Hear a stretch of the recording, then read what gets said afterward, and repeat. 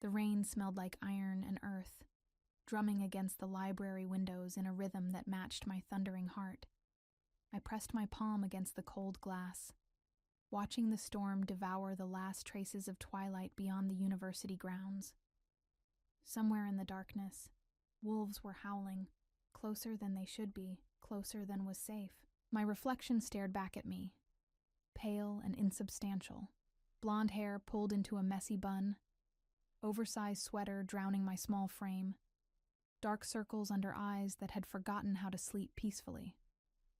I was 23 and invisible. That's what 4 years of being the scholarship girl among legacy students teaches you: how to take up less space, speak softer, exist quieter, how to become a shadow. My fingertips traced the silver pendant at my throat, the only inheritance my grandmother left me before she passed. "Compassion is not weakness, Evelyn," she used to whisper, her weathered hands cupping my face. "The strongest hearts are those brave enough to feel everything." I wished she were here now, wished she could explain why her words felt like both comfort and curse. The library was supposed to close at midnight, but Mrs. Chen had trusted me with the key months ago. "You're the only one who treats books like they're sacred," she'd said.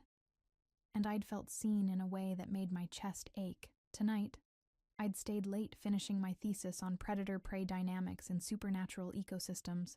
Ironic, considering I barely understood the supernatural world that existed parallel to my ordinary human one. I gathered my papers, tucking them into my worn messenger bag with careful hands. The campus was hosting some kind of summit this week.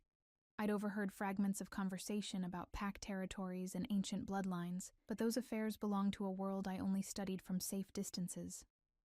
My world was smaller: classes, work-study shifts at the library, the tiny apartment I shared with 2 roommates who barely acknowledged my existence. The howling grew louder. I froze, my hand on the library door. Through the rain-streaked glass, I could see figures moving across the quad.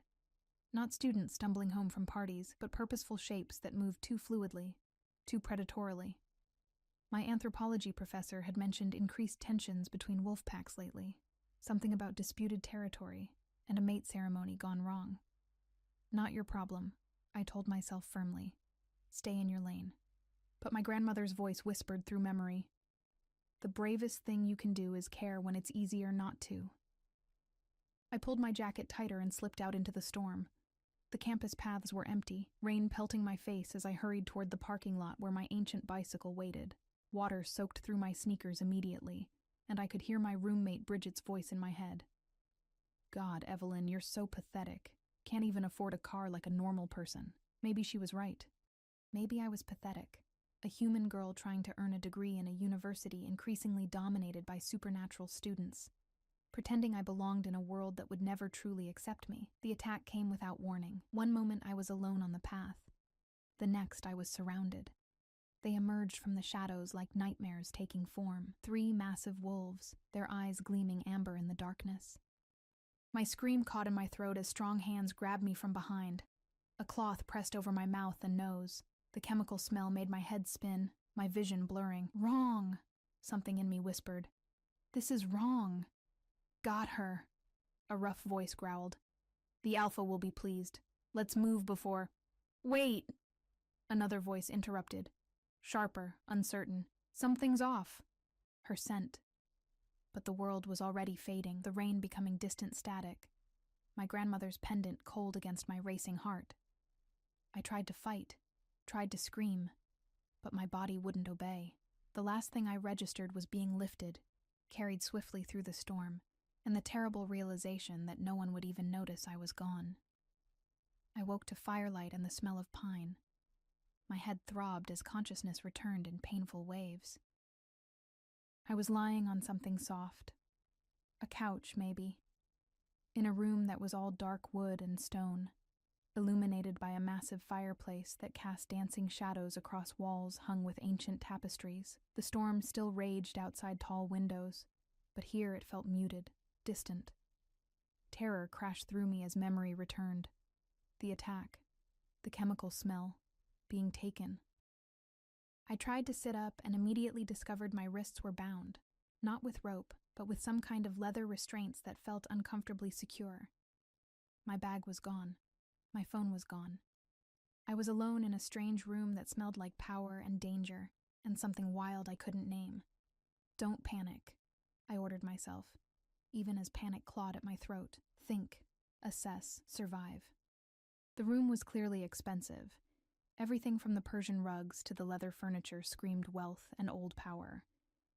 Through the windows, I could see only forest and darkness, no familiar landmarks. Wherever I was, it wasn't anywhere near campus. The door opened. I flinched back instinctively, my bound hands rising defensively as 3 men entered. The first 2 were clearly guards. Massive, dangerous-looking men with the same amber gleam in their eyes I'd seen in the wolves. But it was the 3rd man who made my breath stop. He was tall, easily 6'4", with broad shoulders that filled the doorway and a presence that seemed to consume all the oxygen in the room. Dark hair fell to his shoulders, framing a face that was all sharp angles and brutal beauty. High cheekbones, strong jaw, a mouth that looked like it had forgotten how to smile. But it was his eyes that froze me in place.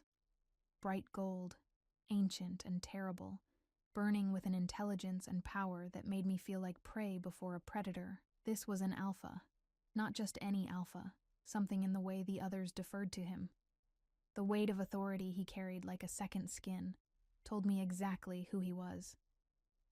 The Alpha King I'd heard whispered about in supernatural studies classes.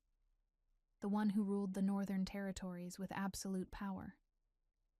And I had been brought to him. He stared at me for a long moment, those gold eyes tracking over my face with an intensity that made me want to disappear. Then his expression shifted, confusion flickering across features that looked unused to such uncertainty. What is this? His voice was deep, rough, carrying an edge that made my survival instincts scream. One of the guards stepped forward, his face pale. Alpha King Rowan. We captured her as ordered. The girl from the university, the one who... This isn't her. The words cut like a blade. The temperature in the room seemed to drop as power rolled off him in waves that made my teeth ache. This isn't the girl who humiliated my beta's son. This isn't anyone connected to the incident. My mind raced, trying to understand. They'd taken the wrong person. This was a mistake. A terrible, potentially fatal mistake. Alpha, we were certain. The guard stammered. Blonde hair, small build, at the library like the report said. She's human. Rowan's voice dropped to something deadly quiet, which was somehow worse than shouting. He moved closer, and I pressed back into the couch, my bound hands trembling. He leaned down, his face inches from mine, and inhaled deeply, completely, utterly human. No wolf blood, no pack connections, nothing. I found my voice, though it came out small and shaking. Please. There's been a mistake. I don't know anything about any incident. I was just leaving the library. I'm nobody. I'm just nobody, he repeated, straightening. Something flickered in those gold eyes, an emotion I couldn't read. His gaze dropped to my throat, to my grandmother's pendant, then back to my face. You're a student? Yes. I hated how my voice broke. Anthropology major. I have a thesis defense next month. I work at the library. I'm not whoever you're looking for. The silence stretched, broken only by the crackling fire and the storm outside. The guards looked terrified, as if waiting for an explosion of rage that would destroy them, but Rowan just stood there, studying me with those ancient, unreadable eyes. Finally, he turned to the guards. Leave us. Alpha. Now. They fled. And I was alone with the Alpha King, bound and helpless, in a room that suddenly felt far too small. My heart hammered against my ribs as he moved to pour himself a drink from a crystal decanter, the gesture casual despite the tension crackling in the air. What's your name? He asked without looking at me. Evelyn. It came out as barely a whisper. Evelyn Cross. Evelyn Cross. He tested the name, still not facing me. And you truly have no connection to the wolf who assaulted my beta's son at the summit gathering? I don't even know what summit you're talking about, I said honestly. I just study supernatural dynamics. I'm not part of that world. I'm nobody important. He turned then, and the look in his eyes made my breath catch. That's the second time you've called yourself nobody. He moved closer again, and I couldn't escape, couldn't run. He crouched before me, bringing himself to eye level, and the proximity made every nerve in my body scream danger. Do you believe that? That you're nobody? Tears burned behind my eyes. Exhaustion, fear, and something deeper I didn't want to name. I'm just trying to survive, I whispered. I'm just trying to graduate and build a life and not end up as collateral damage in a world that was never meant for people like me. Something shifted in his expression. His hand reached out, and I flinched, but he only brushed his fingers against my grandmother's pendant. This is old, he murmured. Very old. Where did you get it? My grandmother. She raised me. And where is she now? Dead. The word tasted like ash 3 years ago. His fingers stilled against the silver, and when he looked up at me, there was something in those gold eyes that looked almost like recognition, almost like pain. You were loved, he said quietly. It wasn't a question, but I answered anyway. Yes. He stood abruptly, moving to stare out the window at the storm. His broad back was rigid with tension, and I could see the conflict playing out in the set of his shoulders, the way his hands clenched and released. This is a problem, he finally said. My men took the wrong girl. Standard protocol would be to eliminate the witness. Terror flooded through me, cold and absolute. But I don't kill innocents. He turned back to face me, and the look in his eyes was complex, layered with something I couldn't understand. However, I also can't simply release you. You've seen this location. You know I sanctioned a kidnapping. You're a liability. I won't tell anyone, I said quickly, desperately. I swear, I'll forget this ever happened. I'll transfer schools, You're a terrible liar, Evelyn Cross. The hint of something that might have been amusement crossed his face. Your heart is racing. You're terrified. And yet you're still trying to negotiate, still trying to survive. That's unexpected. He paced, a caged predator working through a problem. The firelight caught in his dark hair, made his eyes glow. I watched him, my mind spinning through possibilities, all of them bad. Finally, he stopped, turned to face me fully, and when he spoke, his voice carried absolute authority. The voice of a king making a decree. I'm keeping you. My blood turned to ice. What? You're nobody, as you say. No pack connections, no powerful family to demand your return. You'll stay here in the estate, under my protection and supervision. His gold eyes held mine, intense and unwavering. You'll be safe, fed, given everything you need, but you won't leave. Not until I decide what to do with you. That's kidnapping, I breathed. That's survival, he countered. For both of us, would you prefer I follow protocol? No. God, no. I wasn't ready to die. I was 23 and invisible, and I'd barely started living. How long? I whispered. Something flickered in his expression. Surprise, maybe, that I was already calculating, already adapting. I don't know. The honest answer was somehow worse than a lie. He moved forward, and I tensed, but he only reached down to unbind my wrists with surprisingly gentle hands. The leather fell away, leaving red marks on my pale skin. His fingers lingered for just a moment, his warmth shocking against my cold flesh. Tomorrow, we'll discuss the rules, he said quietly. Tonight, you'll sleep. You'll be given a room, clothes, anything you need. He straightened, and the Alpha King was back, all authority and cold power. But make no mistake, Evelyn Cross, you belong to me now. Wrong girl or not, you're mine to keep.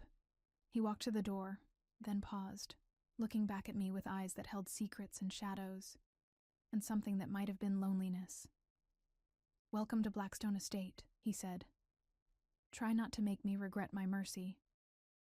And then he was gone, leaving me alone with the fire and the storm, and the terrible knowledge that my invisible life had just become impossibly, dangerously visible. I didn't sleep. How could I, when every shadow in the unfamiliar room seemed to hold threats, when every creak of the ancient house made my heart leap into my throat? The bedroom they'd given me was larger than my entire apartment, all dark wood and deep greens, with a 4-poster bed that felt absurdly luxurious, and a window that overlooked endless forest. A prison with silk sheets. I'd spent hours sitting by that window, watching the storm finally break into a gray dawn, my grandmother's pendant clutched in my fist like a lifeline. Compassion is not weakness. But what good was compassion here, in a place where I'd been taken by mistake and kept by decree? What good was a soft heart when facing predators? When the knock came at my door, I nearly jumped out of my skin. "Miss Cross?" A woman's voice, soft but firm. "May I enter?" I pulled the borrowed robe tighter around myself. They'd left clothes in the dresser, all in my size, which was somehow more disturbing than comforting. Yes. The woman who entered was perhaps 50, with silver threading through her dark hair and kind eyes that crinkled at the corners. She carried a breakfast tray, the smell of coffee and fresh bread, making my treacherous stomach growl despite everything. "I'm Helena," she said, setting the tray on the small table by the window. "I manage the household. I thought you might be hungry." I stared at the food, scrambled eggs, toast, fruit, orange juice, and felt tears prick my eyes. It was such a normal thing, breakfast, in a situation that was anything but normal. "Thank you," I whispered. Helena studied me with an expression that was difficult to read, not quite pity, not quite sympathy. Something more complex. "The Alpha King has requested your presence in his study at 9 o'clock. I'll return at 8:30 to help you prepare." "I don't need help." "It's not a suggestion, dear." Her voice remained kind, but there was steel underneath. "This is how things work here. You'll understand soon enough." She left, and I was alone with breakfast I didn't want and a meeting I dreaded. But survival meant eating, meant keeping my strength up, meant preparing for whatever came next. So I forced down the food, each bite tasting like ashes, and tried to formulate a plan. Think like an anthropologist, I told myself. Observe. Adapt. Find the patterns. By the time Helena returned, I'd managed to shower and was attempting to make sense of the wardrobe they'd provided. Everything was high quality. Soft sweaters, well-fitted jeans, dresses I'd never have occasion to wear. Helena guided me toward a simple outfit. Dark jeans, a cream-colored sweater, low boots. "You'll want to look presentable but not formal," she explained. Deft fingers braiding my blonde hair. "The Alpha values authenticity over pretense." "Does he value mercy?" I asked quietly. "Does he value letting innocent people go home?" Helena's hands stilled for just a moment. "The Alpha King does what he believes is necessary to protect his people. That's all any of us can do." She finished the braid, her reflection meeting mine in the mirror. "But I'll tell you something, Miss Cross. In the 30 years I've worked for this family, I've never seen him show the kind of restraint he showed last night. Usually, witnesses don't get second chances. The words should have been comforting. Instead, they made me feel like I was standing on the edge of a cliff, waiting to fall. The study was all leather and books and quiet power. Rowan stood behind a massive desk, reviewing documents with the kind of focused intensity that suggested he'd been awake for hours.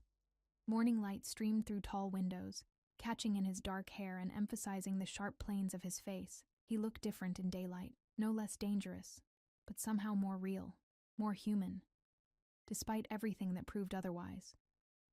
He looked up as I entered, those gold eyes tracking my movement with predatory precision. "Sit." It wasn't a request. I sat in the chair across from his desk, my hands folded in my lap to hide their trembling.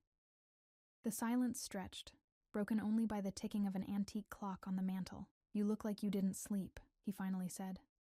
"Forgive me if being kidnapped affects my rest," I replied, then immediately regretted the sharp tone. "Stupid, Evelyn. Don't antagonize the man who holds your life in his hands, but instead of anger, something that might have been amusement flickered across his face. Fair enough." He set aside his documents, giving me his full attention, and the weight of that focus made me feel simultaneously seen and exposed. "Let's discuss the parameters of your situation. My captivity, you mean, if you prefer." He leaned back in his chair, steepling his fingers. "You'll have freedom within the estate grounds.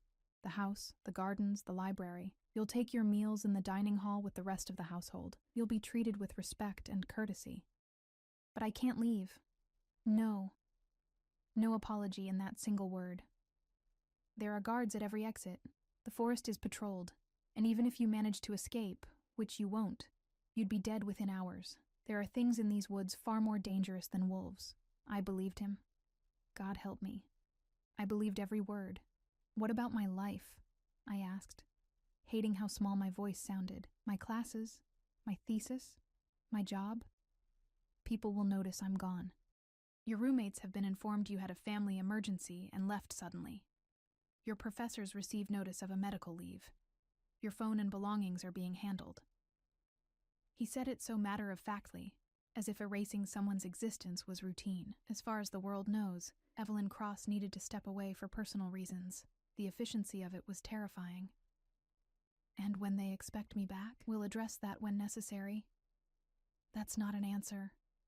It's the only answer I have. For the first time, something like frustration crossed his features. You think I planned this? You think I wanted a human girl with no connections and too much courage for her own good complicating my life? Then let me go, I pleaded. I swear on my grandmother's memory I won't tell anyone. I'll disappear, You're a terrible liar, remember? He stood, moving around the desk with that fluid predator grace. And more than that, you're curious. I can see it in your eyes. You study supernatural dynamics. Do you really think you could walk away from this without trying to understand, to analyze, to know? He was right, and I hated him for it. Even now, terrified and trapped, part of me was cataloging details. The way power seemed to radiate from him, the ancient quality to his eyes, the complicated emotions that flickered beneath his controlled exterior. What do you want from me? I whispered. He stopped in front of me, close enough that I had to tilt my head back to meet his gaze. Honestly, I don't know yet. His voice was quieter now, almost contemplative. You're an anomaly. A mistake that somehow doesn't feel like a mistake. Before I could process that statement, the study door burst open. A young man strode in, mid-20s, with the same amber eyes as the guards, but a face that was all boyish charm and barely controlled energy. Rowan, we need to talk about the territory. He stopped short, seeing me. Who's this? None of your concern, Cole. Rowan's voice carried warning, but Cole was already circling me like I was a curious puzzle, his nose wrinkling as he scented the air. She's human. Why is there a human in your study? His eyes widened. Oh my God, is this about the kidnapping? They grabbed the wrong girl, didn't they? That's hilarious. Cole. The single word cracked like a whip. The younger man sobered immediately, though curiosity still danced in his eyes. Sorry, but seriously, what's the plan? The beta is demanding answers about the actual target, and the council is asking questions about our security protocols. I'll handle the council. And her? Cole gestured at me. What do we tell people about the random human in the Alpha King's private wing? The question hung in the air. I watched Rowan's jaw tighten, watched him weigh options I couldn't guess. She's under my protection, he finally said. That's all anyone needs to know. Cole whistled low. That's going to raise more questions than it answers, brother. Brother. So this was family. I filed that information away. Another piece of the puzzle. Then let them question, Rowan said coldly. My word is law in this territory. Your word is law, but your decisions affect all of us. A new voice, female and sharp as glass. A woman appeared in the doorway, late 30s, beautiful in a severe way, with dark hair pulled back and eyes that assessed me like a threat. Who is she, Rowan? And why does she smell like fear and the forest near campus? Meredith. Rowan's tone suggested this was a conversation he didn't want. This is a private matter. Nothing is private when it affects pack security. Meredith moved into the room, her presence commanding despite being smaller than the men. I'm head of security, Miss Cross, I supplied quietly. Evelyn Cross. Miss Cross was brought here by mistake, Rowan said, before Meredith could interrogate further. She's staying as my guest until the situation is resolved. Guest. Meredith's laugh was bitter. Is that what we're calling hostages now? Careful, Rowan warned. and the temperature seemed to drop. But Meredith didn't back down. The pack deserves transparency.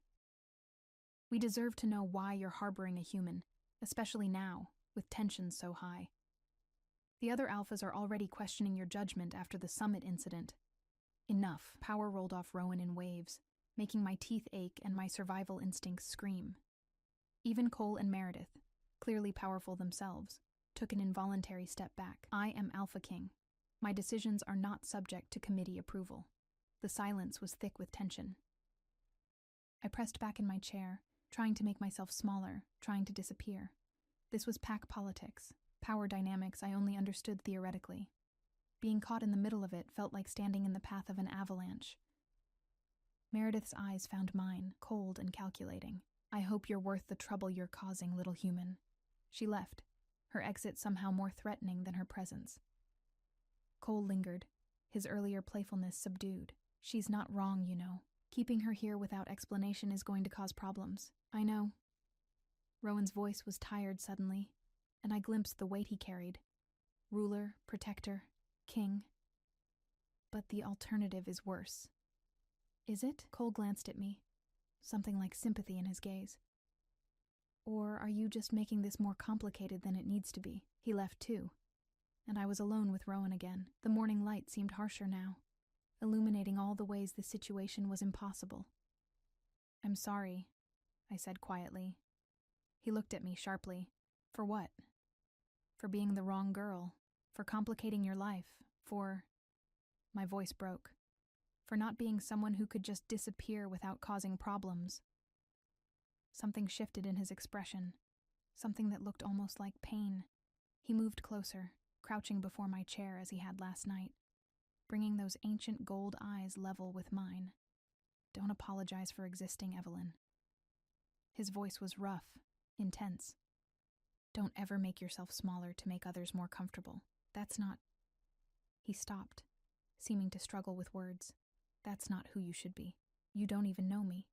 No, he agreed, but I'm beginning to. His hand reached out, and this time I didn't flinch as his fingers brushed the pendant at my throat. This symbol, he murmured. It's a protection charm. Very old magic. Your grandmother knew things, I think. She never spoke about it, I whispered. She just said it would keep me safe. And yet here you are. Maybe it did keep me safe, I said quietly. Maybe being the wrong girl is the only reason I'm still alive. His eyes met mine, and something passed between us, understanding, recognition. Something I couldn't name but felt in my bones. For just a moment, he wasn't the Alpha King, and I wasn't his captive. We were just two people carrying wounds we didn't know how to heal. Then the moment shattered. He stood abruptly, distance slamming back into place. Helena will show you to the library, he said, his voice formal again. You mentioned a thesis. You're welcome to continue your work.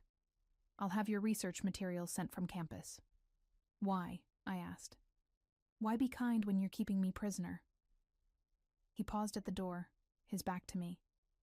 Because you were right last night. You're just trying to survive, just trying to build a life. He looked back over his shoulder, and the loneliness in his eyes was staggering.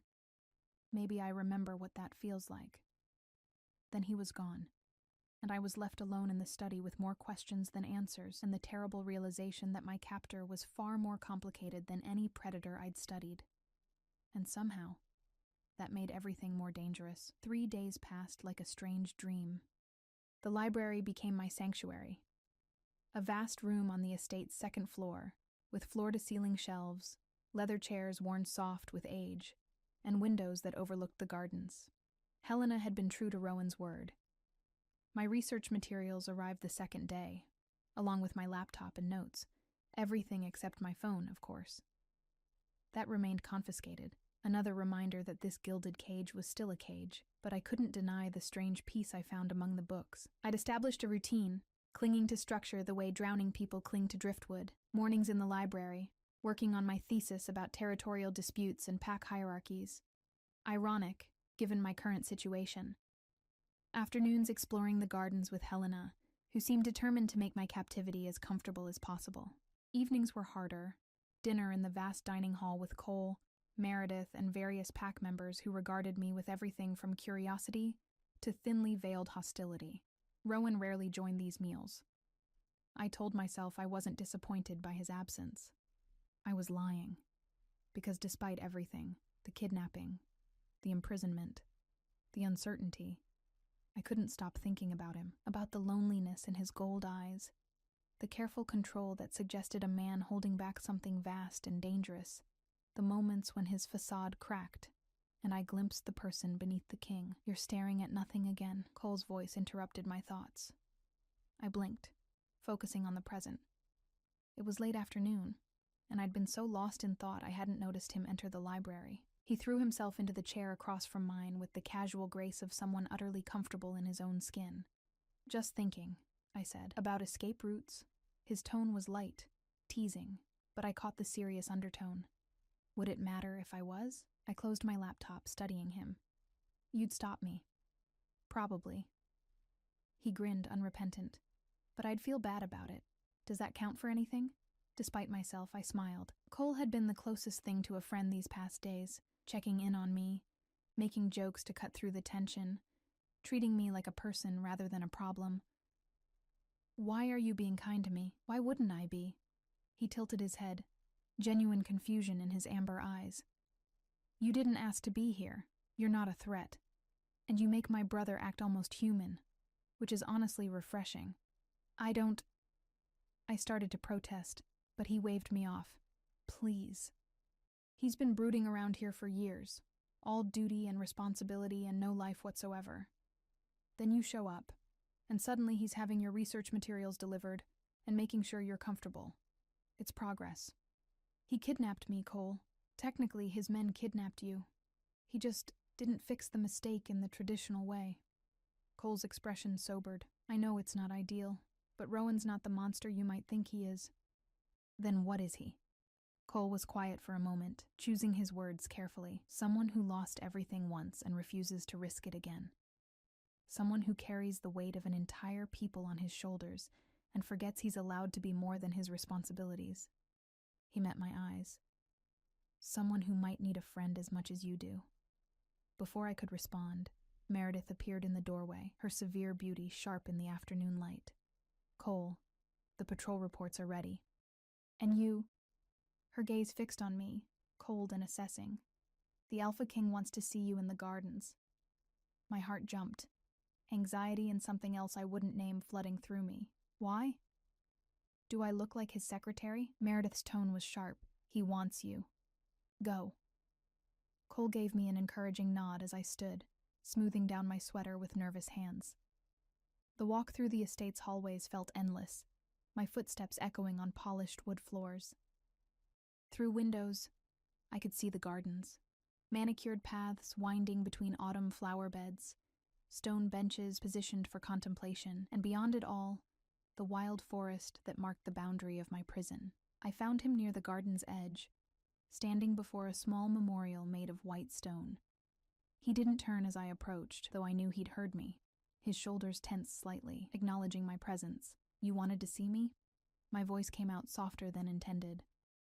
"I thought you might want fresh air." He still didn't look at me, his gaze fixed on the memorial. "Helena says you spend all your time in the library. It's familiar. Safe. Is anywhere truly safe when you're a captive?" The question hung between us, rhetorical and weighted. I moved closer, reading the inscription on the stone, "For those we've lost. May the moon light their path." "Who were they?" I asked quietly. Finally, he turned to face me. The afternoon sun caught in his dark hair, softened the harsh planes of his face. He looked tired, I realized. Beneath the power and control, exhausted. My parents, my younger sister, most of my pack's leadership. His voice was carefully neutral, as if discussing something that happened to someone else. 6 years ago. My breath caught. What happened? War. The single word contained multitudes.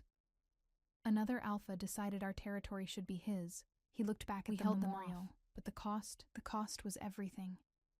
Without thinking, I moved closer, standing beside him before the white stone. My grandmother's words whispered through memory.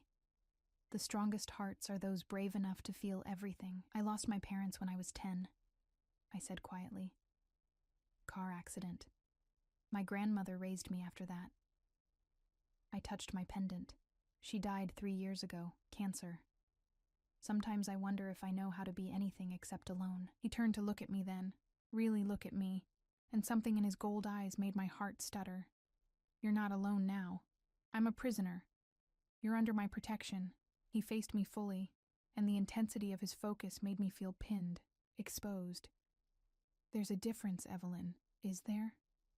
I met his gaze, refusing to look away despite every instinct screaming at me to be small, to be safe. Because from where I'm standing, it feels like semantics. You're angry. He sounded almost surprised. Of course I'm angry. The words burst out before I could stop them. I'm furious. I'm terrified. I had a life, Rowan. Small and ordinary, and maybe not very important, but it was mine. And it was taken from me because someone made a mistake. And now I'm here in this beautiful prison with a king who keeps me but won't tell me why. And My voice cracked. I don't know how to be this person, the captive, the anomaly. I only know how to be invisible. Silence fell, broken only by the wind through the garden and the distant cry of birds. I expected anger, maybe dismissal.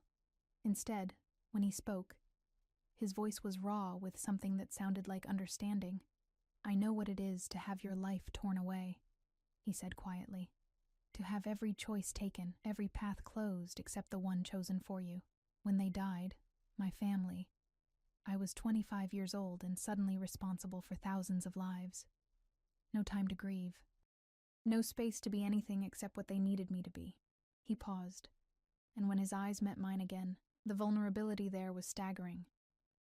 I've been invisible too, Evelyn, just in a different way. A king who's really just a man pretending he knows what he's doing. The honesty of it struck something deep in my chest. Here, in the fading afternoon light, we were just two people carrying grief and loneliness, and the weight of expectations neither of us had asked for. Why keep me? I whispered. The real reason. He was quiet for so long I thought he wouldn't answer. Then, because when I looked at you that first night, terrified and bound and still trying to negotiate for your life, I saw something I'd forgotten existed. Courage that wasn't about power or strength. Compassion that persisted despite fear. He took a step closer, and my breath caught. Because you're the first person in 6 years who's looked at me and seen a man, not just an alpha king. And He stopped, jaw tightening as if the words were being pulled from somewhere deep. I'm tired of being alone. My heart thundered in my chest. This was dangerous. More dangerous than the kidnapping. More threatening than any physical harm. This was the kind of connection that could destroy you if it went wrong. I can't be what you need, I said, though my voice shook. I'm human. I don't belong in your world. Maybe that's exactly why you do belong. His hand lifted, hesitating, then brushed a strand of blonde hair from my face with devastating gentleness. Maybe I need someone who sees the world differently, who reminds me that power and protocol aren't everything. His touch lingered, fingers trailing along my jaw, and I should have stepped back, should have maintained distance. Instead, I found myself leaning into the warmth of his hand, my eyes closing for just a moment. When I opened them, his face was closer, his gold eyes searching mine for something I wasn't sure I could give. This is insane, I breathed. Probably. A hint of a smile touched his lips. The first real smile I'd seen from him, but most worthwhile things are. The moment stretched, fragile and electric. Then, from somewhere in the estate, voices rose in alarm. Rowan stepped back immediately, the king slamming back into place, all business and authority. Stay here, he commanded, already moving toward the house. What's wrong? I don't know yet. He paused at the garden entrance, looking back. But Evelyn, don't go into the forest. No matter what happens, stay in the gardens where the wards are strongest. Then he was gone, moving with predatory speed that reminded me exactly what he was. I stood alone in the garden, my hand rising to touch where his fingers had been, my heart racing with fear and something far more complicated. Cole appeared moments later, his usual playfulness replaced by serious concern. Come on, he said, taking my arm gently. We need to get you inside. What's happening? Probably nothing, but there have been Incidents. Other packs testing our borders, looking for weaknesses. He guided me toward the house, his body positioned protectively. Rowan's enemies see him as vulnerable right now. They're wrong, but they don't know that yet. Vulnerable how? Cole glanced at me, something knowing in his amber eyes. Because he cares about something beyond duty now. And caring is always a weakness someone will try to exploit. We reached the house just as Rowan emerged with Meredith and several guards. His face was grim, that cold mask of authority firmly in place. But when his eyes found me, something flickered. Relief, maybe, or something deeper. False alarm, he announced, though the tension in his shoulders suggested otherwise. But we're doubling patrols. Meredith, coordinate with the border guards. Cole, check the ward stones. Orders given, people scattering to obey. But Rowan's gaze stayed on me, holding me in place with its intensity.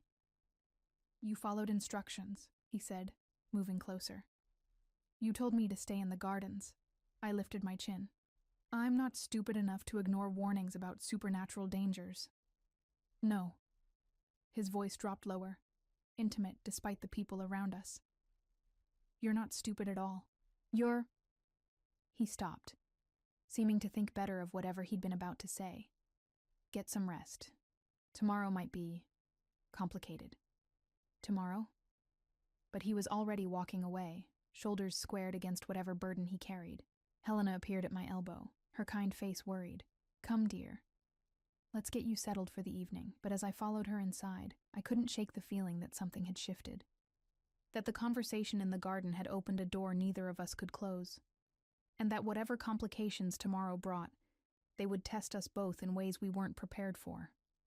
That night, I stood at my window watching the patrols move through the darkness, and for the first time since arriving, I wasn't sure if I wanted to escape anymore. That realization terrified me more than any kidnapping ever could. The attack came 3 nights later, just before dawn. I woke to the sound of howling, not the distant, mournful calls I'd grown accustomed to, but close, vicious, filled with rage and violence. My heart slammed against my ribs as I stumbled from bed, rushing to the window. The grounds were chaos, wolves everywhere, massive shapes moving with deadly purpose, the clash of bodies and the terrible sounds of conflict. War had come to Blackstone Estate. My door burst open and I spun, terror flooding through me, but it was only Cole. His face was grim, blood already spattering his clothes. We need to move you to the safe room, now. What's happening? The Crescent Pack. They've been planning this for weeks, we just didn't know when. He grabbed my arm, pulling me into the hallway where other household members were being herded by guards. Helena was there, her face pale but composed, organizing people with quiet efficiency. Where's Rowan? I asked, resisting Cole's pull. Fighting. Where do you think? Cole's voice was sharp with stress. He's the Alpha King, Evelyn. This is what he does. But all I could think about was the vulnerability I'd seen in the garden, the loneliness in his gold eyes, the way he'd touched my face like I was something precious. The idea of him out there, facing danger, made something fierce and protective roar to life in my chest. The safe room is in the basement, Cole was saying, steering me toward a hidden door. It's warded, reinforced. You'll be secure there until... An explosion rocked the house, windows shattered, and someone screamed. Cole shoved me behind him as 3 massive wolves burst through the ruined wall, their eyes gleaming with hostile intent. These weren't like the wolves I'd seen around the estate. These were bigger, meaner, their fur matted and their scars visible even in animal form. Go! Cole roared at me, shifting mid-leap into a golden-brown wolf that met the attackers with savage grace. I ran. The basement stairs were chaos, people pushing, shoving, fear making everyone desperate. I was swept along in the tide, my small frame buffeted by larger bodies. We poured into the safe room, a massive underground chamber that looked like it had been carved from living stone. Wards glowed faintly on the walls, pulsing with protective magic. Helena found me in the crowd, pulling me into a corner. Stay close, dear. This will be over soon. But hours passed, and it wasn't over.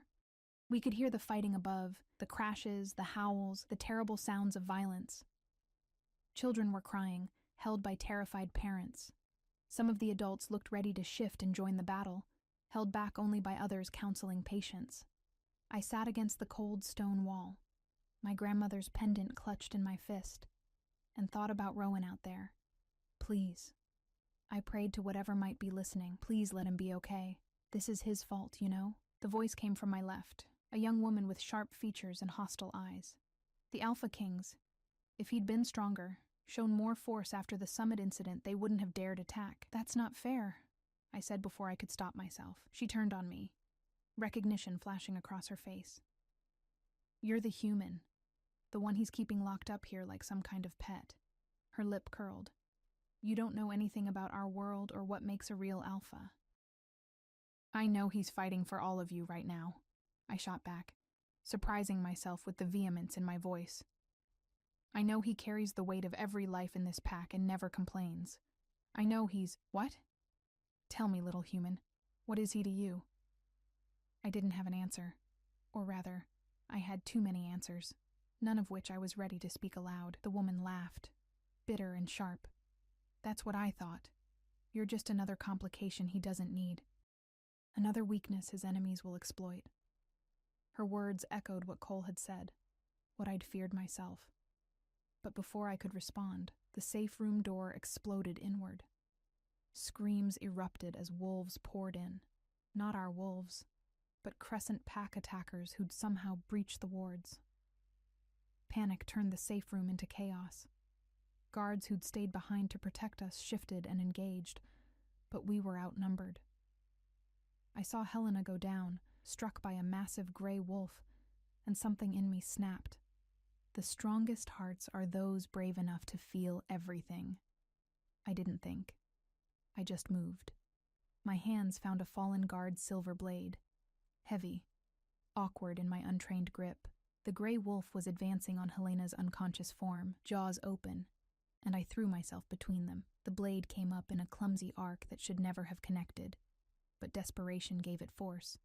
The wolf yelped, recoiling, and I stood there shaking, holding a weapon I barely knew how to use, protecting a woman who'd shown me kindness in this nightmare. Back off, I heard myself say, my voice trembling but determined. I'm not going to let you hurt anyone else.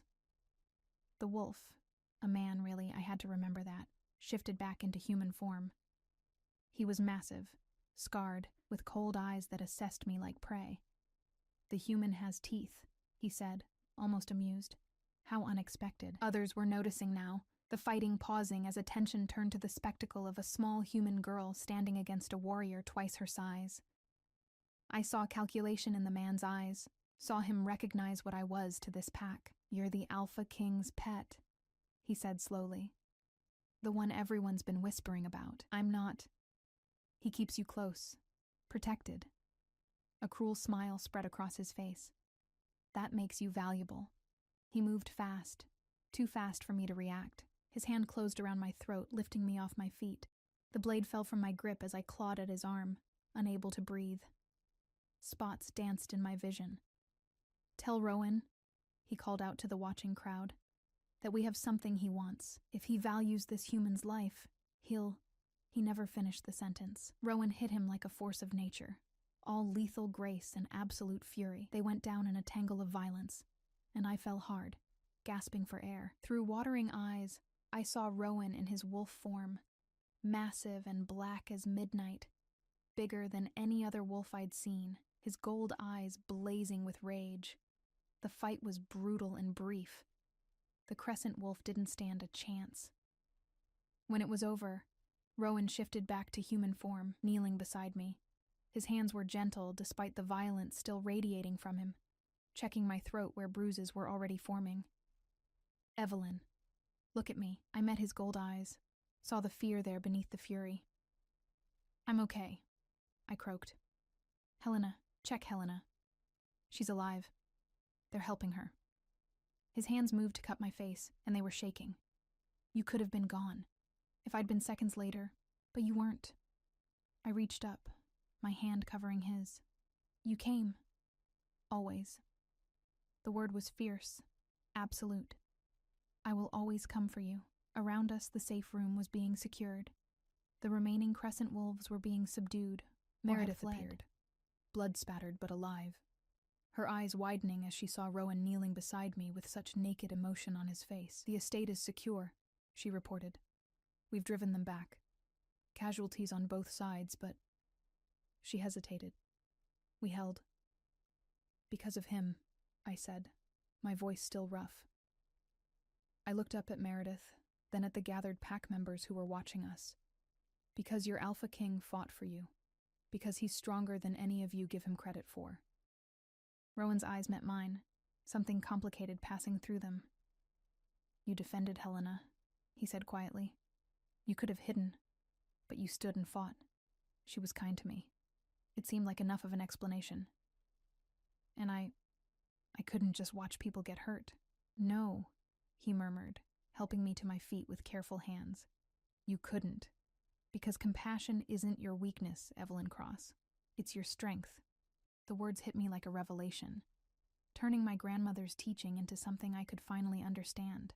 Not compassion, despite fear, but compassion because of fear, choosing to care even when it was dangerous. Cole appeared, human again, and supporting a limping pack member. "We need to do a full count, secure the perimeter, tend to the wounded." His eyes moved between Rowan and me, something knowing in his expression. "But first, maybe get your human to the infirmary. That bruising needs attention." "I can walk," I protested, but Rowan simply lifted me into his arms. "I know you can," he said, "but you don't have to."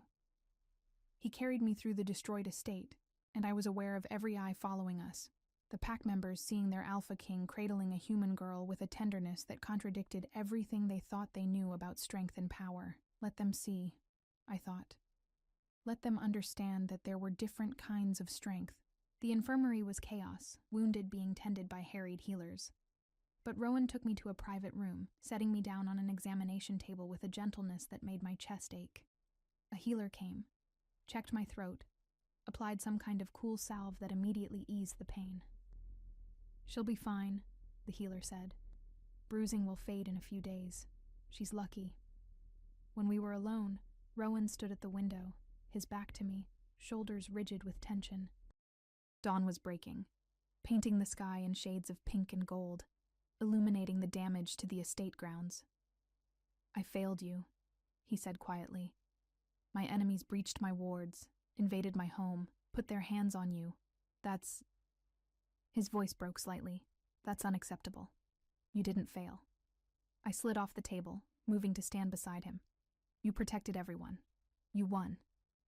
"At what cost?" He turned to face me, and the anguish in his gold eyes was raw. "They knew, Evelyn. They knew you mattered to me, and they used that. They'll use it again. Then let them." The words surprised us both. "I'm not asking to be kept in a cage for my own safety. I'm asking—" I stopped, realizing what I was about to say, the weight of it. "I'm asking to choose this, to stay. Not as a prisoner, but as someone who belongs here." "You don't know what you're saying." "I know exactly what I'm saying." I stepped closer, my hand finding his. "I was invisible before, Rowan. I was going through the motions of a life that never quite fit. And yes, being taken was terrifying. Being kept was infuriating. But these past weeks," my voice softened, "I've felt more alive, more seen than I ever did in my old life. You see me. Cole sees me. Even Meredith's hostility acknowledges I exist. Evelyn—" "I'm choosing this," I interrupted, squeezing his hand. "I'm choosing you. Not because I'm captive, but because when I stood in that safe room with a blade I barely knew how to hold, all I could think was that I needed you to be safe. That the world needed you in it, that I needed you in it." He stared at me like I'd spoken in a foreign language, like he couldn't quite believe what he was hearing. Then his hands came up to frame my face, his touch reverent. "You're the bravest person I've ever met," he whispered. "And I don't deserve you. Maybe not." I smiled despite everything. "But you're stuck with me anyway. Promise?" The vulnerability in that single word broke something open in my chest. "Promise." He kissed me then, soft and careful despite the violence and chaos of the night. It tasted like dawn, and new beginnings, and the terrifying courage it takes to choose love, when it would be safer to choose nothing at all. His arms came around me, holding me close, and I melted into the embrace, feeling truly safe for the first time since this whole nightmare began. When we finally broke apart, his forehead rested against mine, both of us breathing hard. "The pack won't understand," he murmured. "There will be resistance to a human. Then we'll face it together." I pulled back enough to meet his eyes. "I'm not afraid of your world anymore, Rowan. I'm only afraid of going back to being invisible." A real smile crossed his face, the second one I'd seen, and twice as devastating as the first. "You could never be invisible. Not to me." Outside, the sun fully rose over Blackstone Estate, illuminating damage and triumph in equal measure. There would be consequences to face, wounds to heal, political complications to navigate. But standing there in Rowan's arms, I finally understood what my grandmother had tried to teach me. Compassion wasn't weakness, love wasn't surrender. Sometimes, the bravest thing you could do was choose to stay. The council arrived 2 weeks after the attack, and with them came judgment. I stood beside Rowan in the great hall, a massive room I'd never seen before, all vaulted ceilings and stone pillars that spoke of age and power. Pack members lined the walls, their eyes tracking every movement. Meredith stood to Rowan's left, her expression unreadable. Cole flanked his right, offering me an encouraging nod when our eyes met. The council was composed of 5 elder alphas, representatives from the major territories. They sat in high-backed chairs arranged in a semicircle, their combined authority making the air feel thick and oppressive. The eldest, a woman with silver hair and eyes like chips of ice, spoke first. "Alpha King Rowan," she said, her voice carrying through the hall. "We've come to address the matter of the human." "Her name is Evelyn Cross," Rowan replied, his tone respectful but firm. "And she is under my protection." Protection. Another council member, a scarred man with gray threading his temples, leaned forward. "Is that what we're calling it?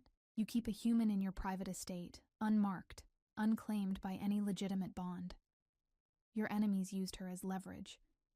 She represents a security risk and a political complication we cannot afford." Murmurs rippled through the assembled pack. I kept my chin up, refusing to show the fear churning in my stomach. We'd known this was coming. The attack had forced the issue into the open, and now we had to face it. "Evelyn was brought here by mistake," Rowan said, "but she has proven herself worthy of her place among us. She defended our people during the attack. She showed courage and compassion that many wolves lack." "Noble words," the silver-haired woman said dryly.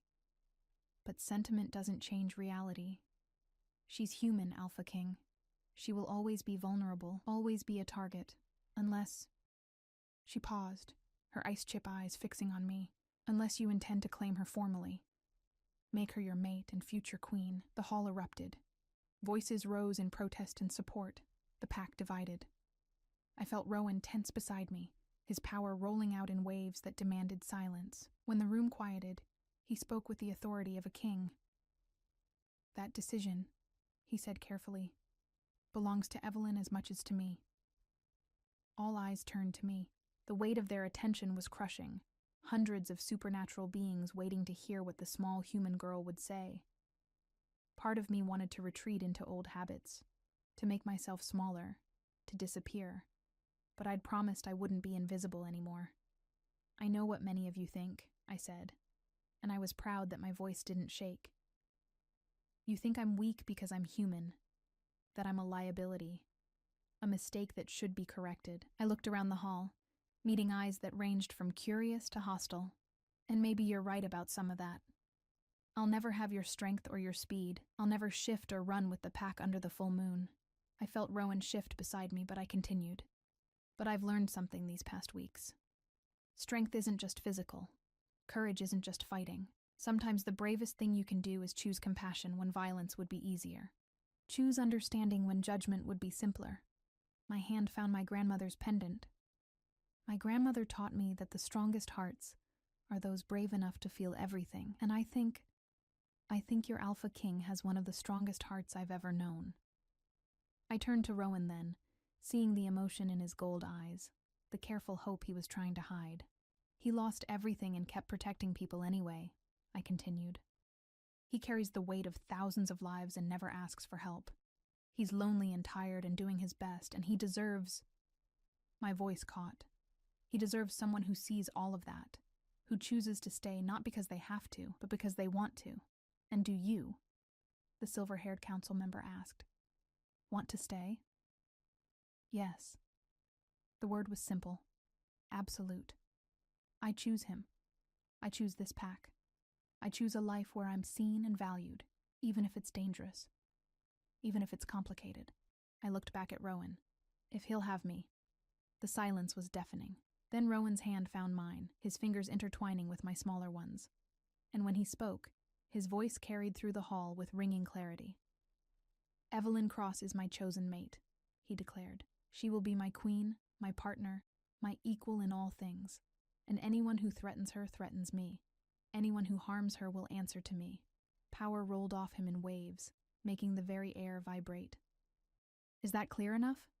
The council members exchanged glances.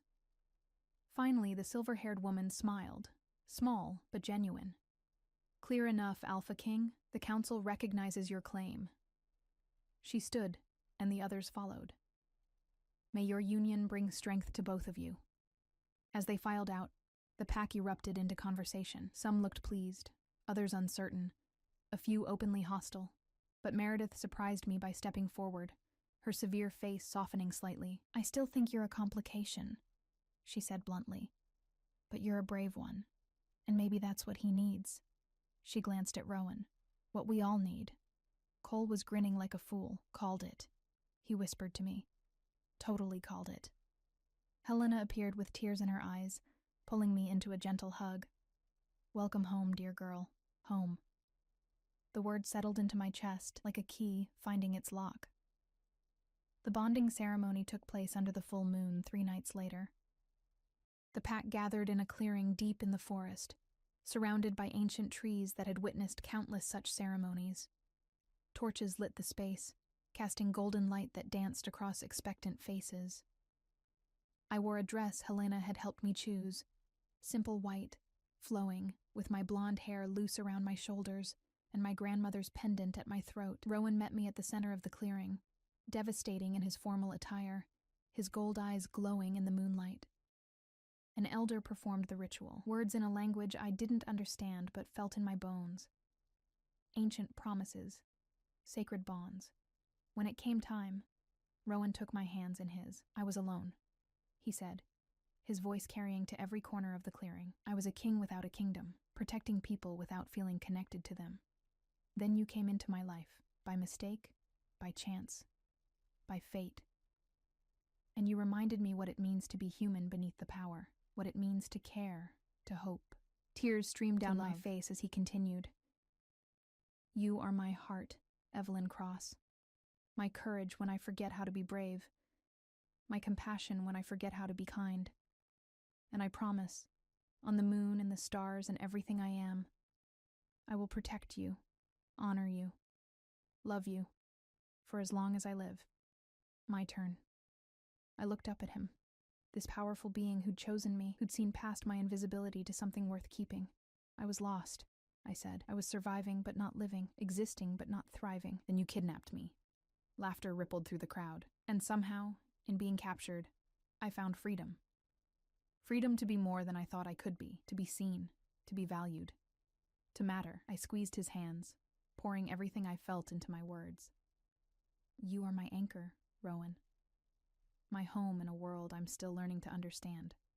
And I promise, on my grandmother's memory and the strength she taught me, I will stand beside you, support you, love you, through everything that comes.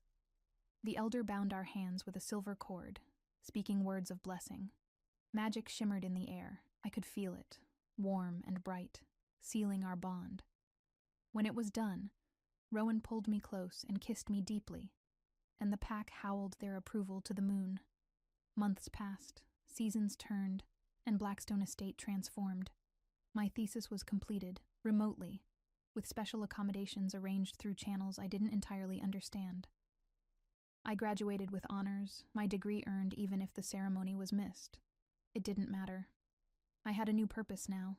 I'd become a bridge between worlds, helping visiting humans understand pack dynamics, advising on supernatural human relations, using my anthropology background in ways I'd never imagined. The pack learned to accept me, slowly but surely. Some remained wary, but most came to see what Rowan had seen. That different didn't mean weak. Cole became my closest friend, his humor and loyalty a constant source of joy. Meredith thawed incrementally, even smiling at me once, which Cole insisted was basically a declaration of eternal friendship. Helena doted on me like the grandmother I'd lost, teaching me pack history and customs. And Rowan. Rowan was everything. My partner, my love, my home. We learned each other slowly, his past traumas and how to comfort them, my insecurities and how to soothe them. He taught me about pack politics and supernatural law. I taught him about human resilience and the power of chosen family. Some nights I still woke from nightmares about that first terrifying night. But now, Rowan was there, pulling me close, reminding me I was safe, that I was chosen, that I belonged. On the anniversary of the day I was taken, Rowan found me in the garden by the memorial stone. I'd brought flowers, white roses for his family, and a small bouquet I placed beside them for my grandmother. "Thank you," I whispered to the stone, to the memory of the woman who'd raised me, for teaching me to be brave, for the pendant that protected me, for everything. Rowan's arms came around me from behind, his chin resting on my head. "She'd be proud of you." "I hope so." I leaned back into his warmth. "I hope she knows I found my place." "You made your place," he corrected gently. "That's different. More powerful." We stood there as the sun set, painting the sky in shades of gold and pink. In the distance I could hear the pack, laughter from the house, children playing, life continuing in all its messy, beautiful complexity. A year ago I'd been invisible. A scholarship girl trying to survive in a world that barely acknowledged her existence. Then I'd been taken by mistake, kept by choice, and transformed by love into someone I'd never imagined becoming. Queen of the Northern Territories, mate to an alpha king, bridge between worlds. But more than any title, I was simply Evelyn, seen, valued, and finally, completely home. "No regrets?" Rowan asked softly. I turned in his arms, looking up at the man who'd kept me when he should have let me go, who'd loved me when it would have been easier not to. My fingers found his face, tracing the strong lines I'd memorized. "Not a single one," I said. And as he kissed me there in the garden, surrounded by memories of the past and promises of the future, I knew with absolute certainty. Sometimes the worst mistakes lead to the best destinies. Sometimes being the wrong girl is exactly right. The moon rose over Blackstone Estate, full and bright, and somewhere in the forest, wolves began to sing. I'd never run with them under that moon. I would always be human, always be different. But I'd found my pack anyway, and that was more than enough. It was everything.